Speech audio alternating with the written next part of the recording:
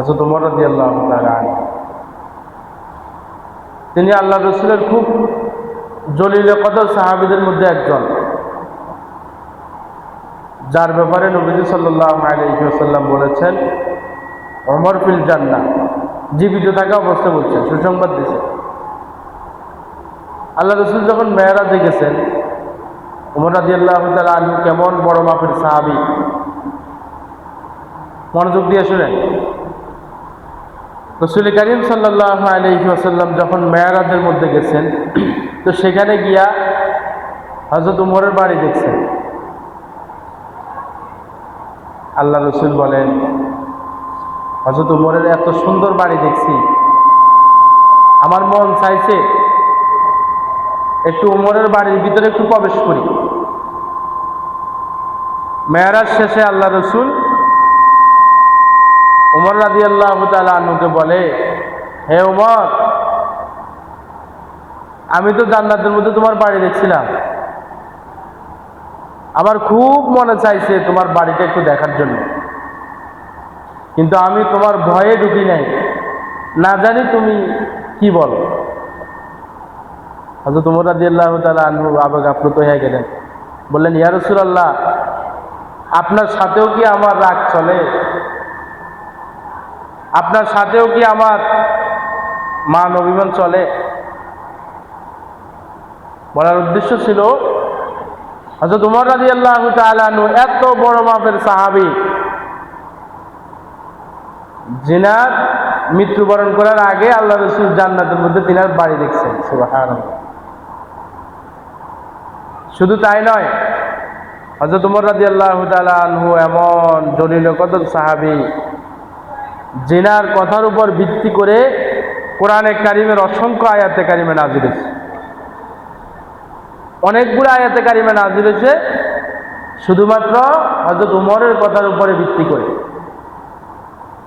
সেই হযরত ওমর রাদিয়াল্লাহু তাআলা আনহু, যিনি জান্নাতি সাহাবী, যিনি আমিরুল মুমিনিন, যিনি মুসলিম জাহানের দ্বিতীয় খলিফা, তিনিও এমন কিছু গোপন নেক আমল করতেন যেগুলো শুধু তিনি আর তিনার রব জানতেন, এছাড়া আর কেউ জানত না। কিতাবের মধ্যে ঘটনা আসছে, হাদিসের কিতাবের মধ্যে আল্লাহ রাসূলের আরেক সাহাবী হযরত তালহা রাদিয়াল্লাহু তাআলা আনহু, তিনি ঘটনা বর্ণনা করেন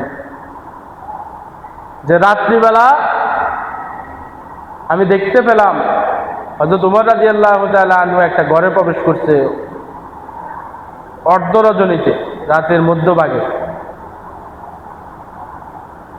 কিছুক্ষণ ওই ঘরে অবস্থান করলেন, এরপরে সেই ঘর থেকে বের হয়ে গেলেন। আবার দেখলাম আরেকটা ঘরে ঢুকলেন, সেখানে কিছুক্ষণ অবস্থান করলেন, আবার সেই ঘর থেকে বাইরে হয়ে গেলেন।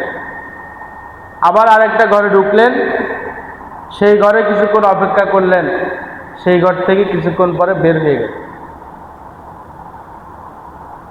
হযরত তালহা রাদিয়াল্লাহু তাআলা আনহু বলেন, হযরত ওমর রাদিয়াল্লাহু তাআলা আনহু এমন এমন কিছু ঘরে ঢুকেছেন যেগুলা হয়তো অসহায়ের ঘর, যেগুলা অভাবীদের ঘর, যেগুলা কর্মক্ষম মানুষের ঘর, কাজ করতে পারে না এরকম মানুষের ঘর। মানুষ তো রাতের বেলা কারো ঘরে ঢুকে হলো চুরি করার জন্য। এক তো হলো হযরত ওমরের শানে চুরি মানায় না, আর দ্বিতীয় হলো যে ঘরের মধ্যে হযরত ওমর ঢুকছে ওই ঘরে চুরি করার মতো কিছু নাই। হযরত তালহা রাদিয়াল্লাহু তাআলা আনহু তখন সেই ঘরগুলোতে গেলেন, এক বৃদ্ধের ঘরে গেলেন, গিয়ে জিজ্ঞাসা করলেন, গত রাত্রে আপনার ঘরে কে এসেছে? সেই বৃদ্ধা বলে, আমি তো ওই ব্যক্তিকে চিনি না, কিন্তু অনেকদিন পর্যন্ত এই ব্যক্তি রাত্রেবেলা আমার ঘরে আসে, আসার পরে আমার কিছু সেবা যত্ন করে, আমার যে কাজকর্মগুলো বাকি থাকে আমি করতে পারি না, আমার শরীরে সে শক্তি নাই, রাতের বেলা এসে সে আমার সব কাজ কাম করে দিয়ে চলে যায়, আমার জন্য খানা পানি রেডি করে যায়। হযরত তালহা রাদিয়াল্লাহু তাআলা আনহু বলেন, হযরত ওমর এমন কিছু নেক আমল করতেছিল যেগুলা শুধু হযরত উমর আর তার রব জানতো, এছাড়া আর কেউ জানতো না। আমার কি হয়ে গেল, আমি ধ্বংস হয়ে যাই, আমি কেন হযরত উমরের এই আমলগুলোকে প্রকাশ করে দিই? হযরত উমর রাদিয়াল্লাহু তাআলা আনহু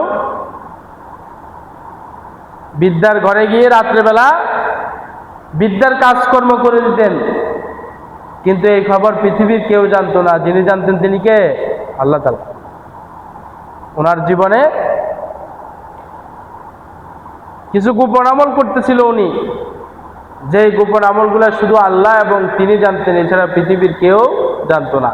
আমাদের জীবনেও এরকম কিছু গোপন আমল থাকা চাই, যেগুলো শুধু আমি আর আমার আল্লাহ ছাড়া আর কেউ জানে না। কিন্তু আমরা তো গোপন আমল ছেড়ে দিছি, বরং কিছু আমল করলে সেগুলো মানুষের সামনে আরো বেশি প্রকাশ করি। গোপন আমল ছেড়ে দিছি আমরা। এক ওয়াক্ত নামাজ যদি পড়তে পারি, তো তিনজনের কাছে গপ খেলি যে আজকে জোহরের নামাজ পড়ছি আমরা। আল্লাহ তাআলা আমাদেরকেও কিছু গোপন আমল করে তৌফিক দান করেন বলি আমিন।